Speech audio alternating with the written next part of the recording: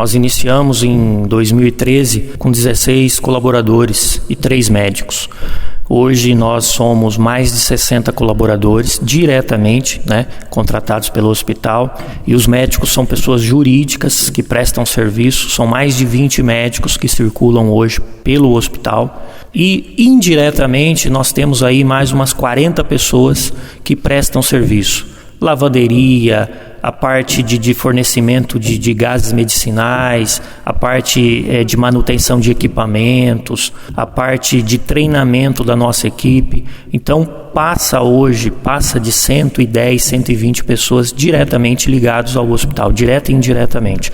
E a parte vem aumentando, todo esse crescimento pessoal, por conta que nós estamos assumindo uma responsabilidade muito grande, principalmente dentro do município de Assis Chateaubriand. Toda a parte de urgência e emergência, Toledo tem uma UPA, Marechal Cândido Rondon vai inaugurar uma UPA nos próximos dias, Palotina tem um hospital municipal que atende lá o seu pronto-socorro, Guaíra tem uma UPA, e nós aqui preferimos não construir uma UPA, mas sim o hospital assumir toda essa parte de urgência e emergência.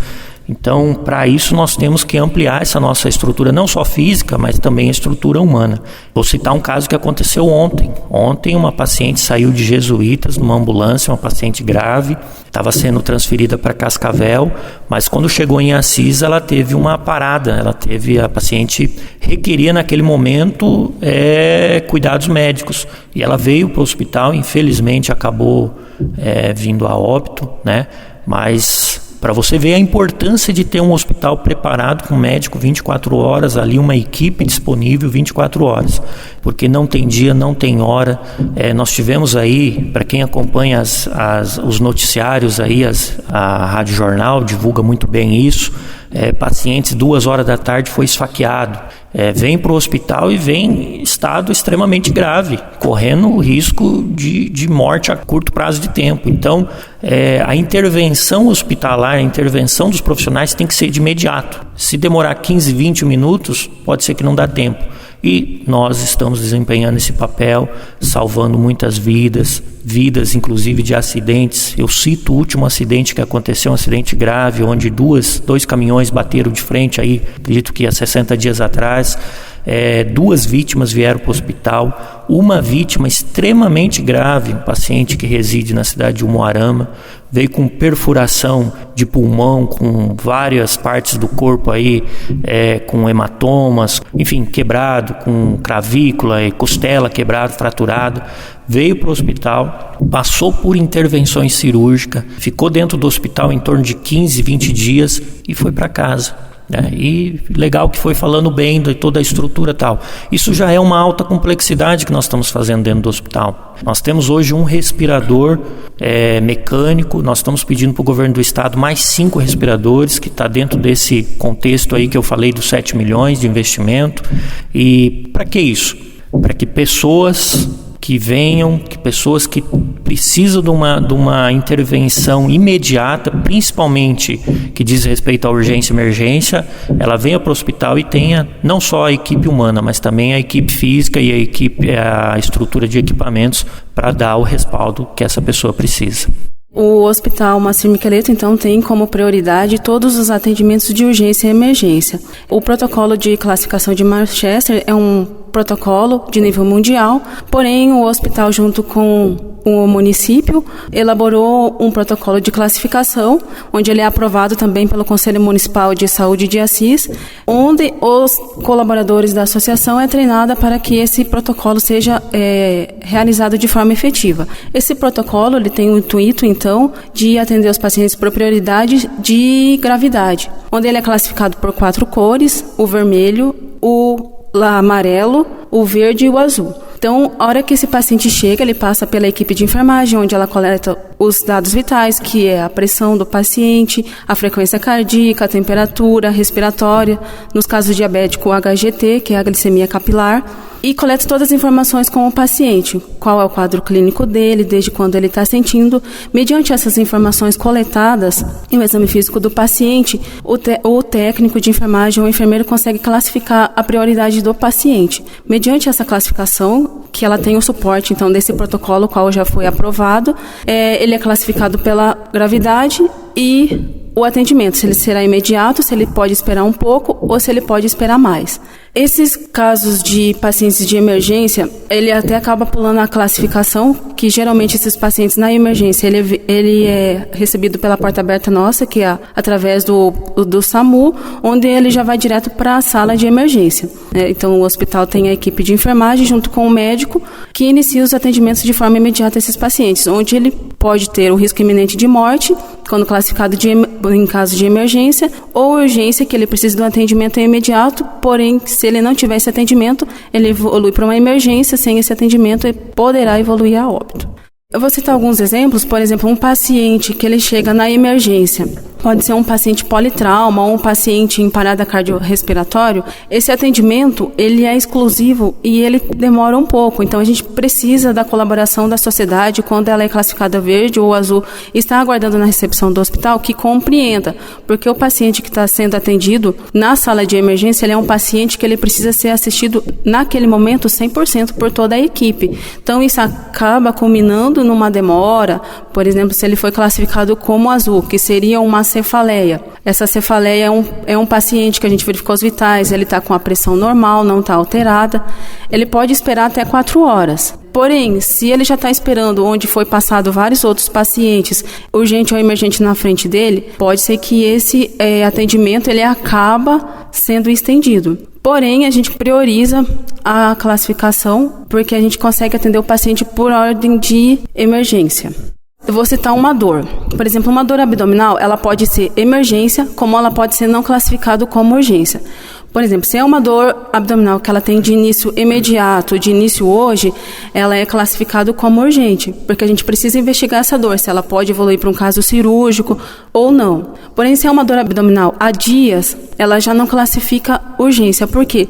Durante esse período, a pessoa já deveria ter procurado um outro atendimento, porque a urgência, ela correria o risco iminente e a gente teria que intervir de imediato. Como ela já aguardou há dias, esse atendimento descaracteriza a urgência e a emergência.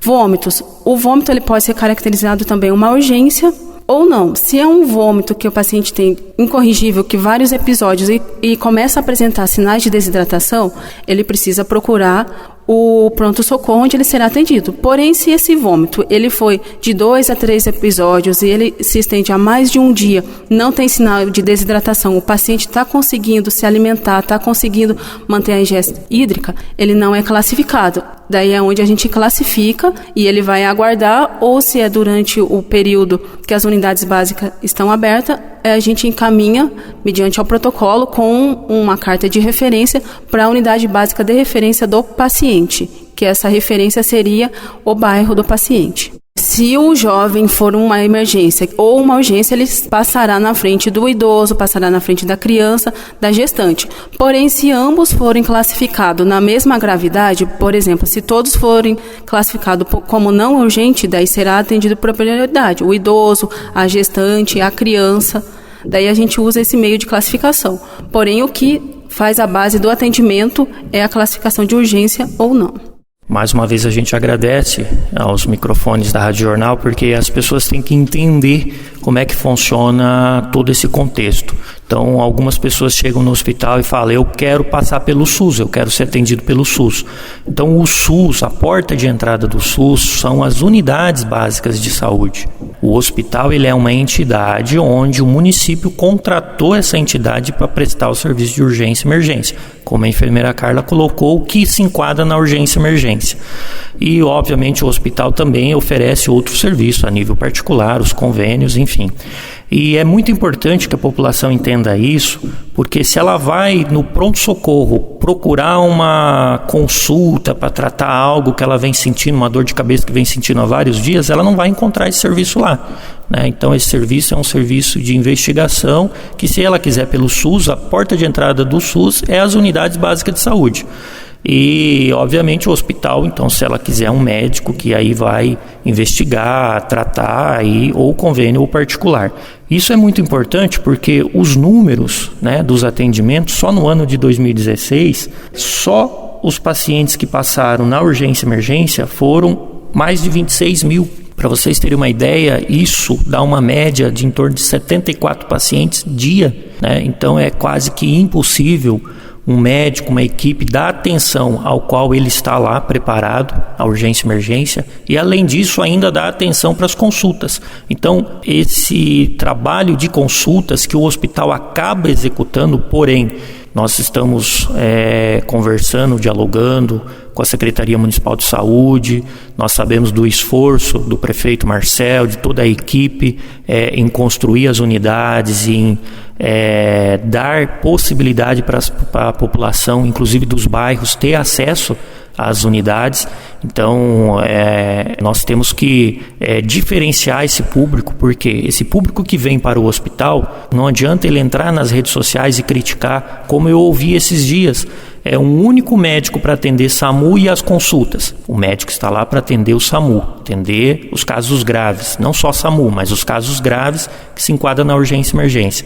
Então esses números impressionam, esses números são realidades, e inclusive quero aproveitar o momento para fazer um convite para toda a população. No dia 10 agora, segunda-feira que vem, 10 de abril, às 19 horas, no auditório da Prefeitura, nós estaremos fazendo uma assembleia. Essa assembleia é para recompor a nossa diretoria, né? Diretoria que são pessoas voluntárias, pessoas que estão à frente da administração do hospital. Fiquem à vontade, quem quiser vir, quem quiser se associar ao hospital, quem quiser falar assim, eu quero ir lá, eu quero participar, eu quero conhecer todo esse trabalho, que é um trabalho voluntário. Então fique à vontade, isso vai acontecer agora no dia 10 e no dia 24, no mesmo horário, às 19 horas, no auditório da Prefeitura, nós faremos uma outra assembleia e aí então nós iremos divulgar todo o balanço do ano de 2016. Iremos fazer aí um resumo dos 4 anos e a publicação, né, demonstrar os demonstrativos de tudo aquilo que o hospital recebeu de recursos, não só público, mas recursos de convênios, e também todo o nosso gasto, toda a nossa infraestrutura.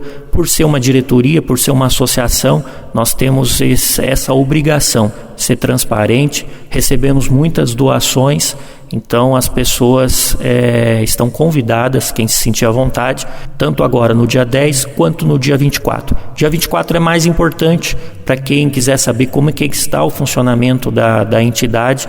Então está convidado às 19 horas no auditório da Prefeitura.